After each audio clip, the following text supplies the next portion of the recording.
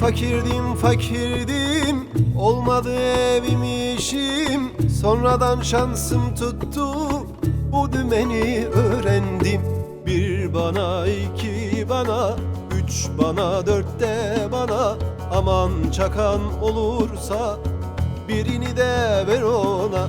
Bir bana iki bana, üç bana dört de bana. Aman çakan olursa birini de ver ona.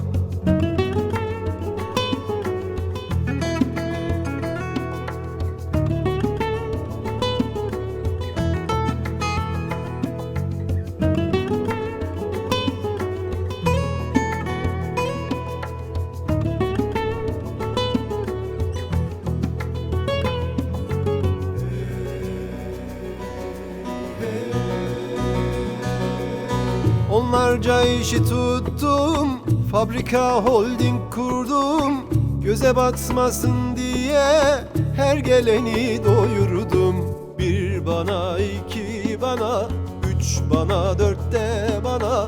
Aman çakan olursa birini de ver ona.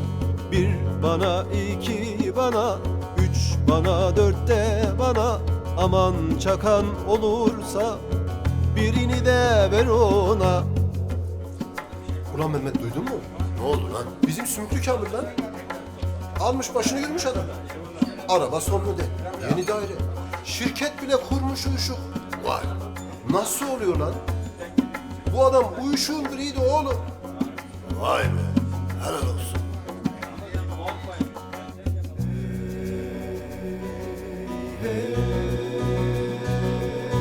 Boğazında kalırmış, yok aram yutulmazmış. Vallahi şikayetim yok, çok da güzel yenirmiş. Bir bana iki bana, üç bana dört de bana.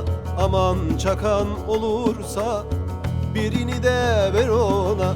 Bir bana iki bana, üç bana dört de bana. Aman çakan olursa birini de ver ona. Bir bana iki bana, üç bana dört de bana. Aman çakan olursa birini de ver ona. Bir bana iki bana, üç bana dört de bana. Aman çakan olursa birini de ver ona.